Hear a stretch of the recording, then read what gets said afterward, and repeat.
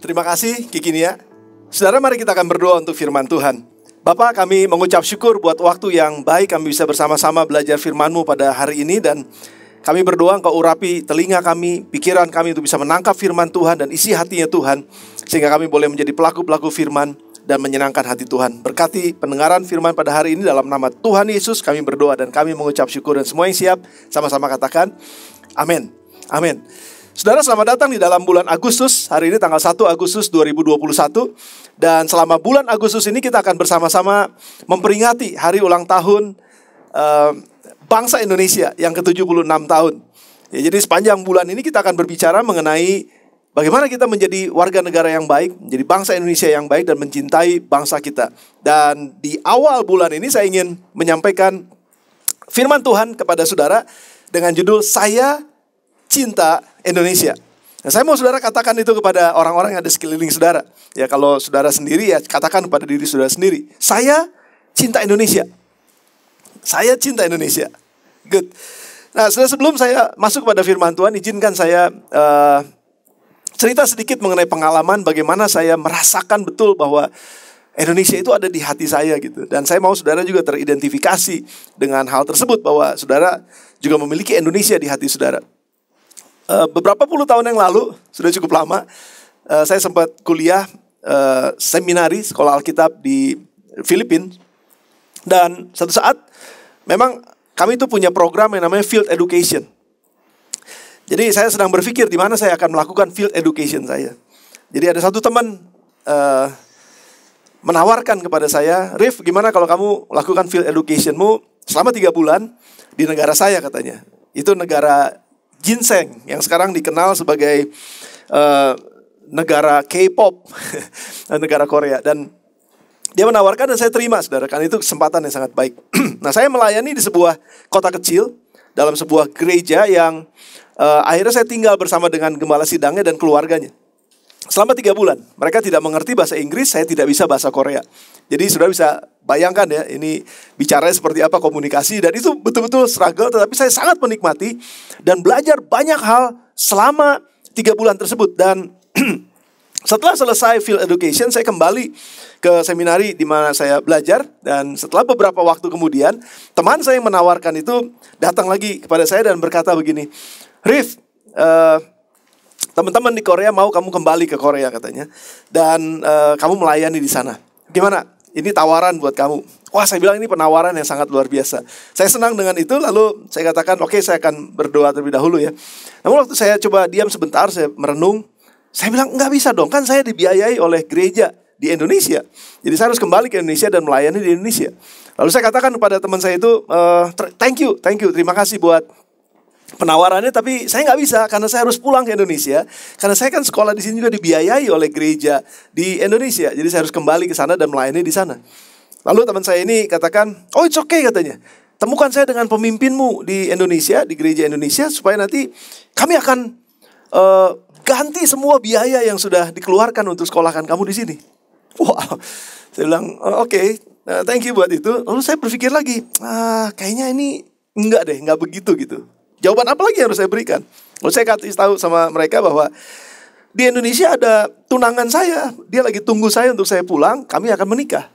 Lalu dia bilang, "That's very good," katanya, "itu bagus. Jadi ya udah, kamu menikah aja dulu, nanti setelah itu kamu datang ke Korea untuk melayani di Korea bersama dengan istrimu," katanya.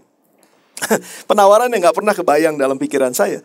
Lalu saya bilang, saya berdoa sebentar, saya katakan, "Tuhan, apakah ini memang betul panggilan saya harus melayani di sana gitu?" Enggak juga. Ya, saya coba berdoa, bicara dalam hati saya dan bertanya kepada Tuhan. Lalu muncul satu kata di dalam hati saya. Indonesia. Indonesia. Dan saya minta sama Tuhan, tunjukkan Tuhan. Yes, kamu harus kembali ke Indonesia, melayani di Indonesia, membangun di Indonesia. Dan di situ saya tangkap isi hatinya Tuhan untuk melayani di Indonesia, kembali ke Indonesia karena saya Indonesia. Bagaimana dengan saudara? Seberapa cinta saudara kepada Indonesia? Seberapa bangga saudara kepada Indonesia? Seberapa berbebannya saudara untuk membangun Indonesia? Mari kita akan tanyakan pertanyaan ini dalam hati kita masing-masing sementara kita belajar firman Tuhan pada hari ini. Nah saudara, apakah sikap nasionalisme ini alkitabiah? Apa yang firman Tuhan ajarkan untuk hidup sebagai seorang yang memiliki kecintaan terhadap negerinya?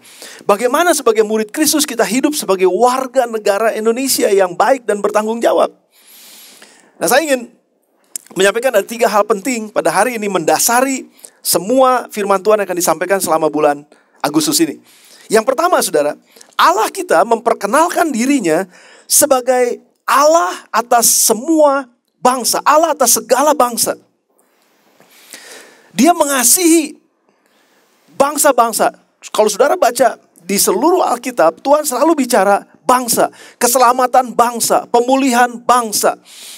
Ya, pergi dan beritakan Injil kepada semua bangsa. Jadi dia selalu bicara kepada bangsa dan dia memperkenalkan dirinya sebagai Allah atas segala bangsa. Mazmur 22 ayat yang ke-29. Sebab Tuhanlah yang mempunyai kerajaan. Dialah yang memerintah atas bangsa-bangsa. Jadi inilah Tuhan kita. Dia sayang, dia mencintai bangsa-bangsa. Semua bangsa, bukan cuma bangsa Indonesia tentu saja. Tapi dia mencintai semua bangsa, itu ada di hatinya Allah. Karena dia adalah Allah segala bangsa. Paulus menegaskan dengan lebih tegas lagi, bahkan ini cukup ekstrim kalau menurut saya. Karena dia berbicara kepada jemaat di Roma. Yang pada saat itu kaisarnya adalah Kaisar Claudius. Pada saat dia, Paulus hidup dan melayani. Bahkan Paulus sebetulnya mati dipancung, saudara, dipenggal kepalanya di Roma. Dan dia mengalami banyak aniaya. Dan banyak jemaat di Roma juga mengalami aniaya pada zaman Raja Kaisar Claudius. Ada banyak orang Yahudi diusir keluar dari Roma. Nggak boleh tinggal di Roma. Dan ini pemerintah yang seperti ini, saudara. Kondisi yang ada seperti ini, Paulus bilang apa, saudara? Roma pasal yang ke-13 ayat yang pertama sampai dengan ayat yang ke-4. Tiap-tiap orang harus takluk kepada pemerintah yang di atasnya. Sebab tidak ada pemerintah yang tidak berasal dari Allah. Lihat ke saudara. Dan pemerintah-pemerintah yang ada ditetapkan oleh Allah. Sebab itu barang siapa melawan pemerintah, ia melawan ketetapan Allah. Dan siapa yang melakukannya akan mendatangkan hukuman atas dirinya. Sebab jika seorang berbuat baik, ia tidak usah takut kepada pemerintah.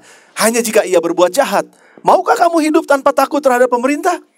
Perbuatlah apa yang baik, dan kamu akan memperoleh pujian daripadanya. Karena pemerintah adalah hamba Allah untuk kebaikanmu. Tapi jika engkau berbuat jahat, takutlah akan dia. Karena tidak percuma pemerintah menyandang pedang. Pemerintah adalah hamba Allah, diulangi saudara, untuk membalaskan murka Allah atas mereka yang berbuat jahat. Nah saudara, Paulus sebenarnya sedang menggarisbawahi bahwa Allah itu berdaulat atas sebuah bangsa. Dia yang menetapkan pemerintah atas bangsa tersebut. Dan Allah punya rencana atas bangsa tersebut. Jadi pertanyaannya adalah, apakah kita harus menghormati bangsa kita dan pemerintah kita? Oh iya. Karena Tuhan yang berdaulat atas bangsa kita. Siapapun pemerintahnya, bentuknya apapun pemerintahan tersebut, dan bagaimanapun baik atau buruknya pemerintahan tersebut, Tuhan berdaulat atas sebuah bangsa. Jadi ini kita mesti ngerti dulu saudara, bahwa Tuhan berdaulat juga atas Indonesia. Bagaimanapun kondisi Indonesia, bagaimanapun keadaan pemerintahan di Indonesia, Tuhan berdaulat atas Indonesia. Tuhan berdaulat atas bangsa kita. Dan dia adalah Allah atas bangsa kita. Kita harus ngerti ini. Yang pertama saudara. Yang kedua, cinta dan bangga pada bangsa sendiri. Ini harus ada di dalam hati kita. Saya mau kita belajar dari Daud dan Nehemia, saudara. Nah, salah satu alasan kenapa Daud dipilih menjadi Raja Israel adalah karena kesetiaan dan kecintaan serta kebanggaannya pada bangsa Israel. Itu terlihat ketika orang Israel diperhadapkan dengan Goliat. Goliat pada saat itu menantang bangsa Israel dan tidak ada satupun prajurit bangsa Israel, termasuk Raja Saul pada saat itu, yang berani untuk menghadapi Goliat. Lalu Goliat menertawakan, mengejek, menghina, merendahkan bangsa Israel. Dan suatu saat Daud harus membawa makanan buat saudara-saudaranya di medan perang. Dan dia mendengar ketika Goliat keluar. Goliat sedang mengejek, merendahkan bangsa Israel. Lalu apa yang Daud katakan saudara? 1 Samuel pasal yang ke-17. Ini mencerminkan bagaimana Daud begitu mencintai bangsanya. Begitu dia gak mau bangsanya itu diejek atau dicemooh saudara. Lalu berkatalah Daud kepada orang-orang yang berdiri di dekatnya, apakah yang akan dilakukan kepada orang yang mengalahkan orang Filistin itu? dan yang menghindarkan cemooh dari Israel. Siapa orang Filistin yang tidak bersunat ini sampai ia berani mencemoohkan barisan daripada Allah yang hidup? Lihat ya saudara, sementara tentara-tentara Israel pada saat itu gak ada yang berani mengatakan hal seperti ini kepada Goliat. Tapi Daud karena kecintaannya kepada bangsanya, karena kecintaannya kepada negaranya pada saat itu Israel, dia berani menyerahkan nyawanya untuk melawan Goliat yang menantang atau merendahkan bangsa Israel pada saat itu. Dan akhirnya kita tahu ceritanya Daud menang, dan akhirnya Daud dielu-elukan, dan Daud luar biasa itu dipuja-puja oleh ada ibu-ibu sepanjang jalan katanya menyanyikan lagu Saul mengalahkan beratus-ratus, tapi Daud mengalahkan beribu-ribu. Ya, kira-kira gitu saudara, lebih banyak lah. Pokoknya Daud ini lebih hebat daripada Saul. Nah, itu menimbulkan sakit hatinya Saul, Raja Saul. Cemburulah dia terhadap Daud. Nah, pendek cerita kita tahu bahwa akhirnya Saul ingin membunuh Daud karena cemburunya, karena iri hatinya. Karena dia insecure sebagai raja. Jangan-jangan nanti Daud bisa gantiin dia gitu kan. Nah, akhirnya apa? Daud dikejar-kejar untuk dibunuh. Nah, sementara Daud melarikan diri karena dikejar-kejar mau dibunuh oleh Raja Saul, satu saat dalam pelariannya Daud mendengar bahwa orang Filistin menyerbu satu daerah yang namanya Kehila. Nah, saudara bisa baca di dalam 1 Samuel pasal yang 23. Dan apa yang dilakukan oleh Daud? Seorang buronan Raja Israel sedang melarikan diri, lalu dia mendengar salah satu daerah Israel bangsanya diserbu oleh orang Filistin dan gak ada yang membela. Nah, dia sebagai seorang pelarian yang mau dibunuh oleh Raja Israel, membela Israel. Bukankah ini hebat, saudara? Diberitahukanlah kepada Daud begini, ketahuilah orang Filistin berperang melawan kota Kehila dan menjarah tempat-tempat pengirikan. Lalu bertanyalah Daud kepada Tuhan, apakah aku akan pergi mengalahkan orang Filistin itu? Jawab Tuhan kepada Daud, pergilah, kalahkanlah orang Filistin itu dan selamatkanlah Kehila. Daud membela bangsanya walaupun dia sendiri sedang dikejar-kejar oleh raja bangsanya untuk dibunuh. Kecintaan Daud, satu penghargaan dan kebanggaan Daud kepada bangsanya, itu membuat Daud, saya rela untuk berkorban, saya rela untuk membela bangsa saya, walaupun saya sedang dijahati oleh raja dari bangsa saya sendiri. Kecintaan Daud lebih besar daripada apapun juga. Kecintaan Daud kepada bangsanya, itu yang membuat Daud berani membela bangsanya. Makanya saudara, mereka yang mencintai bangsanya pasti akan membela bangsanya. Tapi mereka yang gak cinta sama bangsanya pasti akan ngolok-ngolok bangsanya, pasti akan merendahkan bangsanya sendiri. No, kita gak mau menjadi warga negara Indonesia yang mencemooh bangsa kita sendiri.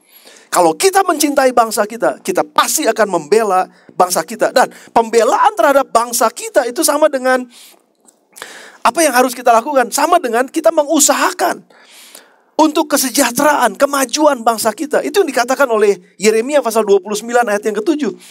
Usahakanlah kesejahteraan kota, kemana kamu aku buang. Dan berdoalah untuk kota itu kepada Tuhan, sebab kesejahteraannya adalah kesejahteraanmu. Sudah perhatikan baik-baik, ada dua hal ini penting. Usahakanlah kesejahteraan kota. Yang pertama, kamu berusaha di kota itu, kamu membangun di kota itu, kamu bekerja di kota itu, kamu menggali kekayaan di kota itu, kamu mendapatkan keuntungan dari kota itu, dan kamu harus kembalikan, usahakan semuanya untuk kesejahteraan kotamu. Jadi betul, kamu sedang mengusahakan kesejahteraan keluargamu. Engkau sedang mengusahakan kesejahteraan dirimu sendiri dengan semua usaha dan pekerjaanmu di kota di mana engkau ada. Tapi jangan lupa, setelah engkau sejahtera, engkau harus mengusahakan kesejahteraan buat kotamu. Artinya apa saudara? Engkau dipanggil untuk berusaha di atas bangsa ini. Engkau dipanggil, kita semua dipanggil untuk membangun bangsa ini. Waktu kita sudah membangun, merasakan sejahtera dalam kehidupan kita, kita merasa bahwa kita diberkati oleh Tuhan melalui usaha-usaha kita. Jangan lupa kembalikan itu juga untuk mensejahterakan kota kita atau mensejahterakan bangsa kita. Karena siapa yang mencintai bangsanya pasti akan membela bangsanya, pasti akan mensejahterakan, mengusahakan kesejahteraan bangsanya. Yang kedua, berdoalah untuk kota itu kepada Tuhan. Di sisi yang lain adalah hal yang rohani. Kalau di sisi yang satu adalah hal yang bisa bersifat ragawi atau sesuatu yang badani gitu saudara ya. Kita bekerja ya, itu hal-hal yang tanda kutip seperti ini ada dalam dunia, tetapi satu hal lagi adalah hal yang rohani. Kita berdoa untuk bangsa kita berdoa untuk kota kita berdoa untuk pemerintah, kita berdoa buat masyarakatnya, kita berdoa buat semua yang terjadi dalam bangsa ini. Kita harus berdoa buat itu.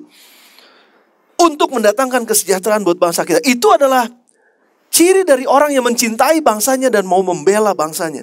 Yang kedua, ini juga dilakukan oleh Nehemia. Kalau kita baca dalam Nehemia pasal yang pertama, ayat yang pertama sampai dengan ayat yang keempat, bagaimana Nehemia berusaha untuk membela, untuk membangun, untuk mencoba untuk mensejahterakan kotanya yang pada saat itu sedang dalam keadaan terpuruk. Riwayat Nehemia bin Hakalia. Ini waktu Nehemia ada dalam pembuangan. Bangsa Israel ada dalam pembuangan selama 70 tahun kira-kira. Pada bulan Kislu, tahun ke-20 ketika aku ada di Puri Susan, datanglah Hanani, salah seorang dari saudara-saudaraku dengan beberapa orang dari Yehuda. Aku menanyakan tentang orang-orang Yahudi yang terluput, yang terhindar dari penawanan, dan tentang Yerusalem, kotanya. Kata mereka kepadaku, orang-orang yang masih tinggal di daerah sana yang terhindar dari penawanan ada dalam kesukaran besar dan dalam keadaan tercela. Tembok Yerusalem telah terbongkar dan pintu-pintu gerbangnya telah terbakar. Dan ketika aku dengar berita ini, duduklah aku menangis dan berkabung selama beberapa hari. Aku berpuasa dan berdoa ke hadirat Allah semesta langit. Saudara lihat, tembok Yerusalem, tembok pintu gerbang, itu adalah kedaulatan, lambang kedaulatan sebuah bangsa. Kalau temboknya hancur, pintu gerbangnya hancur, kedaulatannya hancur. Kalau pintu gerbangnya terbakar, maka kekuatannya juga sudah tidak ada lagi. Kota itu sudah menjadi kota yang tercela, kota yang hancur, kota yang udah gak ada harganya sama sekali. Dan ini yang membuat Nehemia menangis, ini yang membuat Nehemia berdoa, berkabung, dia berdoa dan berpuasa kepada Tuhan. Dan dia akan mengusahakan bagaimana caranya supaya tembok Yerusalem kembali dibangun dan kedaulatan bangsanya kembali berdiri. Saudara, ini kecintaan terhadap sebuah bangsa. Dan ini yang harus kita belajar, nilai ini yang harus kita pelajari dari Nehemia, dari Daud, saudara. Mereka mengusahakan kesejahteraan kotanya. Dan yang ketiga, saudara, dari mencintai dan banget terhadap bangsa kita adalah lakukan kewajiban sebagai warga negara yang baik.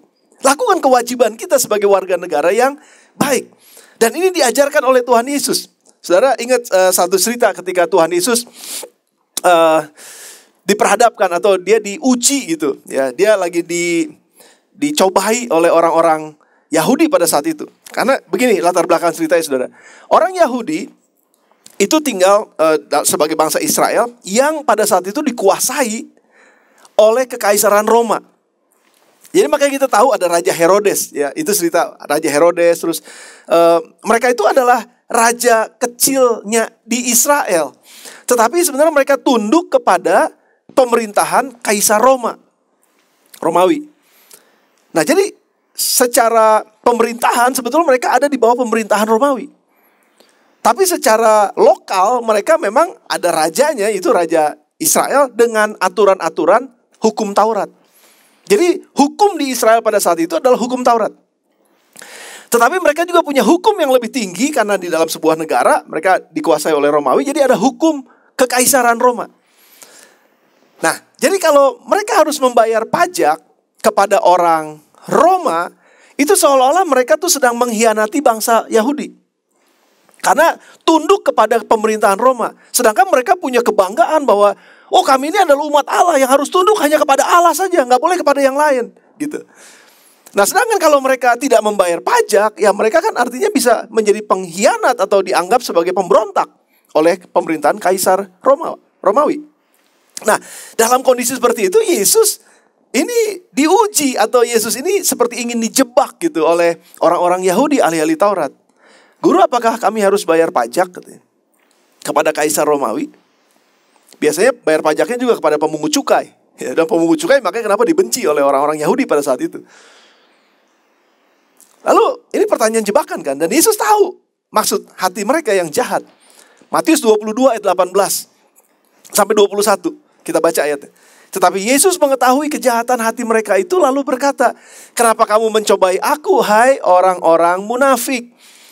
Tunjukkanlah kepadaku mata uang untuk pajak itu. Mereka membawa 1 dinar kepadanya. Ini mata uang Romawi, saudara. Maka ia bertanya kepada mereka, gambar dan tulisan siapakah ini? Jawab mereka, gambar dan tulisan Kaisar. Lalu kata Yesus pada mereka, ini jawaban yang menohok. Berikanlah kepada Kaisar apa yang wajib kamu berikan kepada Kaisar. Dan kepada Allah apa yang wajib kamu berikan kepada Allah. Dengan kata lain, Yesus lagi bilang begini. Kalau kamu hidup berdasarkan hukum Taurat, ikuti aturan hukum Taurat. Yes, kamu harus menghormati itu.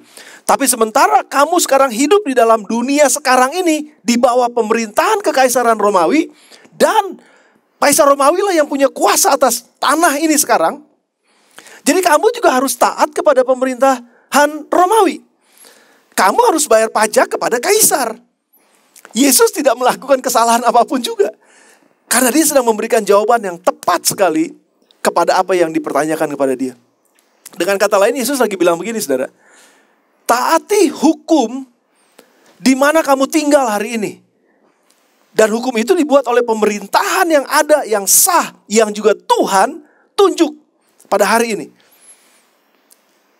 Jangan mentang-mentang kamu adalah orang beragama yang katanya kamu hanya taat kepada hukum agamamu, kepada hukum Tuhanmu, sehingga kamu gak mau peduli kepada hukum yang ada di bangsa dan negaramu. Kamu tinggal di mana? Itu yang Yesus lagi katakan, saudara. Nah, seringkali kita bisa mendengar ini juga ya. Saya pernah mendengar di masa-masa pandemik ini, ya kan memang kita gereja juga sedang terus ibadah secara online. Dan kita khusus dalam PPKM ini, pemerintah membatasi, jadi ibadah di rumah.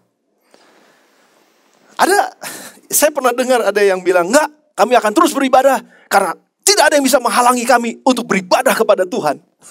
Kedengarannya memang heroik, saudara. Kedengarannya memang luar biasa, ini imannya luar biasa gitu. Kami hanya takut kepada Tuhan, bukan kepada yang lain. Betul, saudara, betul. Enggak ada yang melarang kita untuk ibadah. Tapi pemerintah sedang mengeluarkan sebuah aturan, dan ini adalah aturan buat seluruh bangsa kita, untuk melindungi bangsa kita yang tinggal di bangsa kita. Dan aturan itu sangat jelas. Kalau kamu ngadain kerumunan, maka kamu bisa menyebabkan sebuah klaster baru yang menyebabkan penyebaran baru.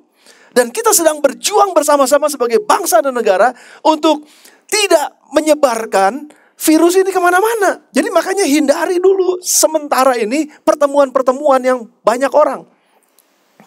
Bukan berarti kita nggak takut sama Tuhan, enggak. Justru bentuk takut kita, bentuk kita menghormati hukumnya Tuhan adalah hormati pemerintah yang ada di atas kita. Dengan semua aturan yang mereka sedang buat, kebijakan yang mereka buat untuk kepentingan bersama. Dan kalau memang ada orang-orang yang berkata bahwa kami hanya mau taat kepada hukum Tuhan dan gak mau taat pada hukum yang ada dalam pemerintahan ini, ya jangan tinggal di sini. Tinggal di sorga. Tapi kan gak mau kan, saudara? Cepat-cepat masuk sorga. Siapa yang mau cepat-cepat masuk sorga? Atau siapa yang mau cepat-cepat meninggal dan ketemu sama Tuhan dan ikuti hukumnya Tuhan? Karena kita masih hidup dalam dunia ini, saudara. Dan sementara kita masih hidup dalam dunia ini, kita harus taati siapa yang memerintah di dalam dunia kita. Ada perkataan yang orang lama dulu bilang, di mana bumi dipijak, di situ langit dijunjung. Ya kan? Padahal prinsipnya adalah hormati otoritas yang ada di tempat itu. Karena kamu ada di situ. Sementara kita bernafas dari udara Indonesia, kita makan dari hasil tanah di Indonesia, kita minum dari air Indonesia, kita berusaha menggali kekayaan Indonesia. Jadi gak ada alasan buat kita untuk menjelek-jelekan Indonesia. Gak ada alasan buat kita untuk melawan pemerintahan Indonesia. Karena mereka mau lakukan yang terbaik buat kita, buat umatnya, buat masyarakatnya, buat bangsa ini. Jadi cintailah dan berbanggalah kepada Indonesia. Saya mau ngajak saudara untuk bisa menangkap apa yang firman Tuhan sedang sampaikan buat kita pada hari ini untuk mencintai Indonesia. Yang ketiga, saudara, yang terakhir. Toleransi dan merangkul perbedaan demi persatuan. Indonesia ini terdiri dari 16.000 lebih kepulauan, saudara. Bisa bayangin ya. Ada 1.340 suku bangsa dari hasil sensus 2010. 1.340 suku bangsa. Dan ada 718 bahasa ibu yang teridentifikasi. oleh Departemen Pendidikan dan Kebudayaan Indonesia. 718 bahasa ibu. Sudah bisa bayangkan bagaimana diverse-nya bangsa ini, begitu besarnya, beragamnya bangsa Indonesia, berbeda-beda, tapi kita adalah satu kesatuan yang disebut Indonesia. Saudara, tapi di tengah-tengah perbedaan yang begitu besar ini, tentu saja kita sadari bahwa selalu ada gesekan-gesekan karena perbedaan, saudara. Agama saja paling tidak ada 5-6 agama yang diakui di Indonesia. Jadi pasti ada perbedaan-perbedaan di dalam. Oleh sebab itu kenapa kita butuh membangun toleransi dan merangkul perbedaan itu demi persatuan di Indonesia ini. Satu saat Tuhan Yesus juga dicobai dengan pertanyaan oleh ahli-ahli Taurat. Mereka bertanya, "Guru, bagaimana caranya supaya kami bisa menerima hidup yang kekal?" Lalu Yesus tanya, "Kamu kan ahli Taurat ya? Apa yang tertulis dalam Taurat, hukum Taurat? Kasihlah Tuhan Allahmu dengan segenap hatimu, dengan segenap jiwamu, dengan segenap kekuatanmu." Wah, itu udah di luar kepala. "Dan kasihlah sesamamu manusia seperti dirimu sendiri." Lalu Yesus bilang, ya udah, itu udah ada kan? Lakukan saja itu. Wah, ahli Taurat ini bilang, ya mengasihi Tuhan Allah saya sudah lakukan, tapi mengasihi sesama untuk membela dirinya, saudara. Dia bertanya, siapakah sesamaku manusia itu? Kenapa? Karena orang Yahudi ini punya satu arogansi karena mereka merasa bahwa mereka umat pilihan Tuhan. Bangsa lain adalah bangsa rendah. Bangsa lain adalah bangsa yang nggak selevel dengan mereka. Jadi mereka merendahkan bangsa-bangsa yang lain, khususnya bangsa Samaria. Punya sejarah tersendiri soalnya. Jadi mereka merendahkan sekali bangsa Samaria dan bangsa-bangsa yang lain. Nah, oleh sebab itu mereka tanya, siapa sesamaku manusia? Yang sama agama, yang sama suku, yang sama kebangsaan, yang sama warna kulit. Atau apa? Siapa sebenarnya sesamaku manusia? Yesus nggak jawab pertanyaan tersebut, tapi dia cerita tentang orang Samaria yang baik hati. Yesus mempertemukan mereka dengan sesuatu perumpamaan yang sangat ekstrim. Satu kali ada seorang berjalan, seorang pengusaha, di tengah jalan dia dirampok habis-habisan, setengah mati ada ditinggalkan. Lalu ada orang Yahudi, imam-imam lewat. Lihat, mereka menyingkir, gak mau nolong.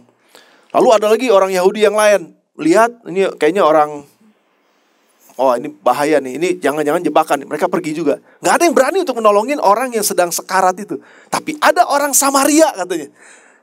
Yesus memberikan contohnya orang Samaria yang sangat ekstrim, yang dibenci oleh orang Israel, orang-orang Yahudi, dan dianggap rendah oleh orang Yahudi. Yesus membawa contoh ini.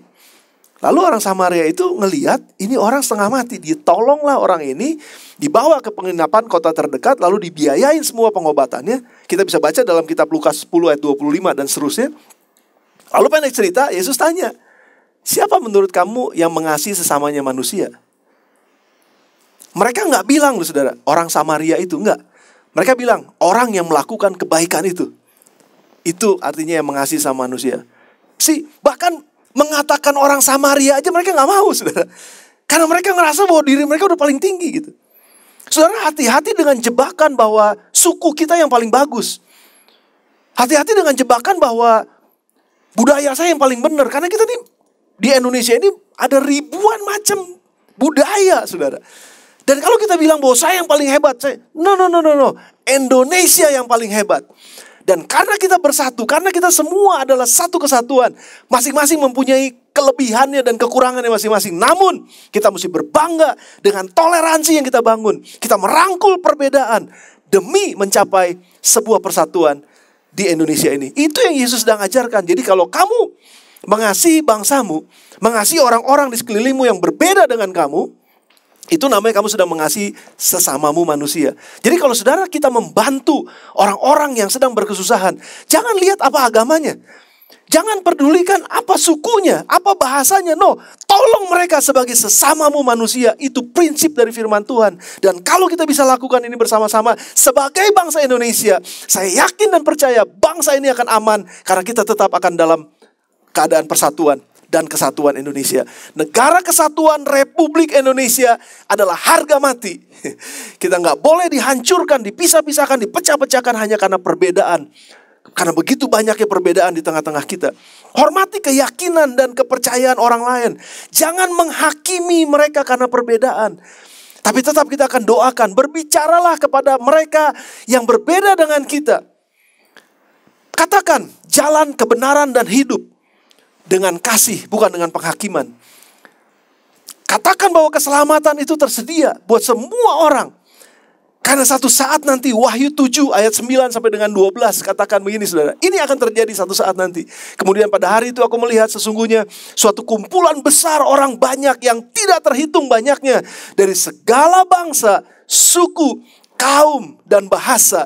Berdiri di hadapan tahta dan di hadapan anak domba. Memakai jubah putih dan memegang daun-daun palem di tangan mereka. Dan dengan suara nyaring mereka berseru, keselamatan bagi Allah kami yang duduk di atas tahta dan bagi anak domba. Dan semua malaikat berdiri mengelilingi tahta dan tua-tua keempat makhluk itu. Mereka tersungkur di hadapan tahta itu dan menyembah Allah sambil berkata, amin. Puji-pujian dan kemuliaan, hikmat dan syukur, hormat dan kekuasaan dan kekuatan bagi Allah kita sampai selama-lamanya. Semua katakan, amin. Siapa yang mengatakan ini saudara? Suku, kaum, bangsa, dan bahasa ribuan, bahkan gak terhitung banyak orang yang akan berdiri bersama-sama di hadapan Tuhan. Dan ini akan terjadi berikutnya saudara. Kalau kita bisa mencintai bangsa ini, karena Tuhan sudah terlebih dahulu mengasihi bangsa ini, dan Dia adalah Tuhan atas bangsa ini. Kita cintai dan bangga terhadap bangsa ini. Dan kita rangkul toleransi dan perbedaan untuk satu kesatuan. Satu saat nanti waktu kita terus berbicara mengenai keselamatan buat bangsa ini, kita berdoa buat keselamatan bagi bangsa ini, kita menyampaikan kebenaran, Yesus adalah jalan kebenaran dan hidup buat bangsa ini.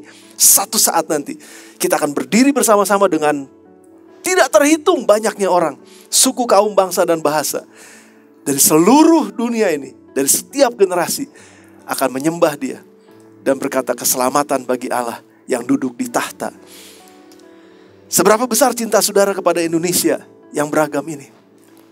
Seberapa besar kebanggaan saudara atas bangsa ini? Seberapa besar pengorbanan yang kita mau berikan untuk membangun bangsa ini. Dengan semua kekayaan saudara, dengan semua kepandaian saudara, dengan semua keahlian saudara. Mari kita akan bersama-sama mencintai Indonesia dan membangun Indonesia di mana kita hidup saat ini. Tundukkan kepala saudara, kita akan berdoa. Tuhan, terima kasih buat kebenaran firman yang kami boleh belajar bersama-sama. Tuhan, taruhlah Indonesia dalam hati kami untuk dicintai. Taruhlah Indonesia dalam hati kami untuk kami banggakan. Dan taruhlah Indonesia dalam hati kami untuk kami bisa menyatukan semua perbedaan yang ada sebagai kekayaan bersama dalam kesatuan Republik Indonesia. Kami berdoa mohon kepada Tuhan, Engkau yang mencintai bangsa ini, Engkau berkati bangsa ini juga. Dan pakai kami semua, gerejamu khususnya Tuhan, untuk menjadi dampak yang besar untuk kemajuan bangsa ini. Di dalam nama Tuhan Yesus kami terima firman-Mu dan kami berdoa. Amin. Amin.